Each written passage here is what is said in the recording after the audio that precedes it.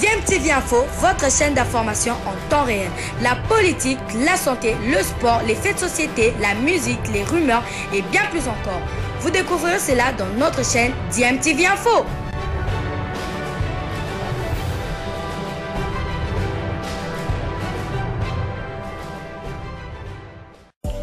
Vous êtes sur DMTV, bonjour ou bonsoir, tout dépend de l'heure à laquelle vous nous suivez. Tout plaisir est pour nous de vous retrouver, mais surtout de savoir que vous êtes nombreux en train de suivre votre chaîne YouTube DMTV. DMTV qui vous propose l'actualité, vous propose également des analyses et des réflexions sur des sujets d'actualité, sur des faits sociaux, tout simplement sur des réalités que nous observons ici chez nous en République démocratique du Congo. Le Daring Club Motema Pembe n'a plus d'entraîneur principal. Le coach égyptien Mohamed Souleymane Fati a quitté ses fonctions hier dans la soirée. Selon l'entourage du coach, le technicien égyptien a officiellement déposé sa démission et les raisons de son départ ne sont pas encore connues jusque-là.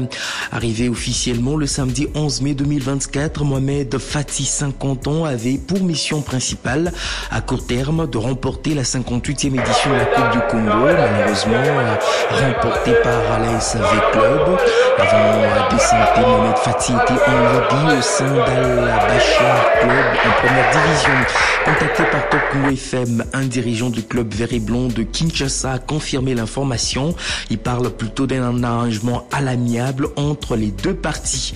Ce qui est sûr, ce n'est pas avec Mohamed Fati que Desampi poursuivra son aventure en championnat de la République démocratique du Congo. Desampi va officialiser le départ du technicien égyptien dans les prochaines heures et devra également donner le nom de celui qui va assumer l'intérim à la tête du staff technique de cette formation.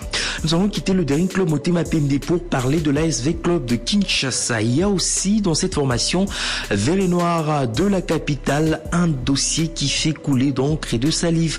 Mais qui gère finalement ce centre Kimbondo? Pourquoi l'actuel comité que dirige Amadou Diaby et les Turcs ne réhabilite pas ce centre? Nous avons donc posé la question à Jean Desdieux Kimpempe, secrétaire général du club vert et noir de Kinshasa. Pour lui, depuis leur arrivée, Amadou Diaby et son comité ne sont jamais entrés en possession des documents de ce centre Kimbondo. Aujourd'hui, ce centre a été cédé à Vecleb. Mais depuis que le président Amadou est aux affaires, il n'a jamais reçu les titres ou encore tous les documents relatifs. Et à ce jour, le club avait placé, avant l'arrivée du président Amadou, un gardien pour garder le centre en attendant que tout soit mis en œuvre. Les documents se trouvent dans les mains de qui? Premièrement, il n'y a jamais eu remise et reprise formelle entre l'ancien comité et l'actuel. En son temps, il y a eu des démarches qui ont été entreprises pour que les centres qui étaient cédés avec club par les anciens propriétaires, c'est-à-dire le général Amissi, ainsi que la famille Kazadis. Et les démarches ont été entreprises pour la facilité de tout cela par le Conseil suprême. Nous avions tous appris et le Conseil suprême avait récupéré les actes de cession de ces centres et à ce jour, il y a des démarches qui sont en train d'être menées pour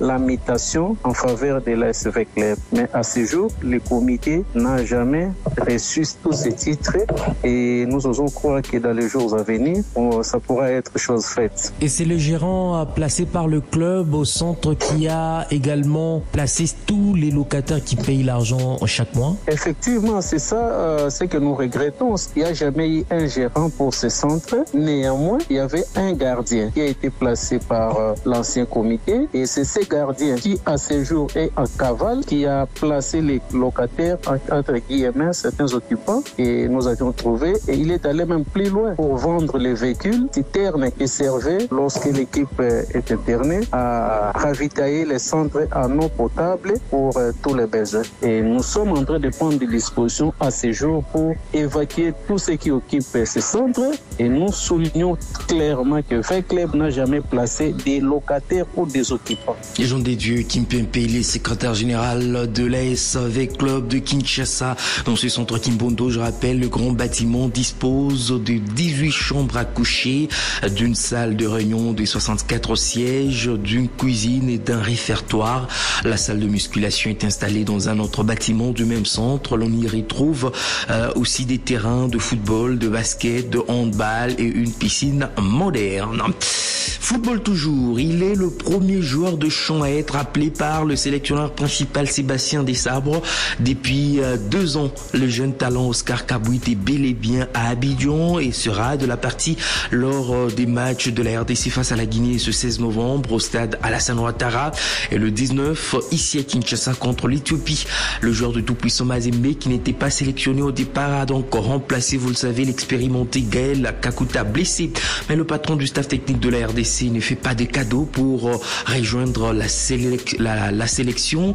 Selon lui, seuls les meilleurs auront la chance. Sébastien Desabre ouvre tout de même les portes aux joueurs qui évoluent en Afrique mais exigent un certain niveau.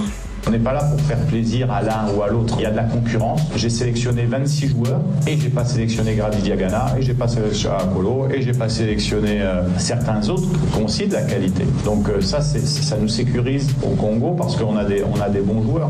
Maintenant, l'équipe, elle a besoin et elle l'a aujourd'hui par l'intermédiaire de Chancel Mbamba, d'Edo Kayembe, de Meshak, de Silas, de Mayele, de Baka, d'avoir la fibre locale parce que c'est très important d'avoir un équilibre. On ne peut pas être bon uniquement avec des binationaux qui ne connaissent pas le contexte africain. Donc il y a d'autres joueurs qui sont susceptibles de rentrer dans cette équipe qui se sont expatriés en Tanzanie, comme Mpia, comme d'autres joueurs qu'on suit. Sébastien Desabre, sélectionneur principal des Léopards de la RDC qui se sont entraînés hier mercredi à 18h30 et ça sera également le cas aujourd'hui jusqu'à la veille du match prévu le samedi 16 novembre à Abidjan en marge de la 5e journée du groupe H où la RDC totalise 12 points et déjà qualifié. Conséquence, les Léopards joueront tranquillement à ce match contre une équipe de Guinée, 2e avec 6 points et qui sera en quête de victoire pour se rapprocher de la qualification. La Guinée est sous pression de la Tanzanie, 3e avec 4 points et qui va affronter l'Éthiopie, dernier du groupe avec 1 point dans l'autre match du groupe qui aura lieu le même samedi à partir de 17h. Et cette 5e journée a donc démarré hier mercredi avec 3 matchs.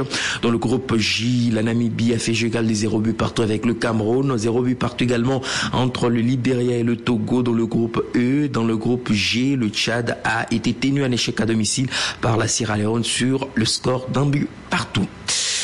Championnat national de la RDC, c'est une décision qui traîne encore dans les tuyaux et devra tomber dans les prochains jours. La décision du résultat du match Lupopo Mazembe, suspendu par la Ligue nationale de football. 2 tendances se dégagent selon nos sources.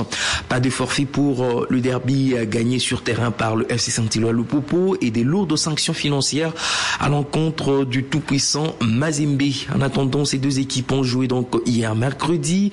Lupopo n'a pas vu son match contre Simba au stade Dominique Diour connaître une issue normale. Après l'ouverture du score des Viettes à la 56e minute, les supporters de Simba ont envahi la pelouse pour contester le but.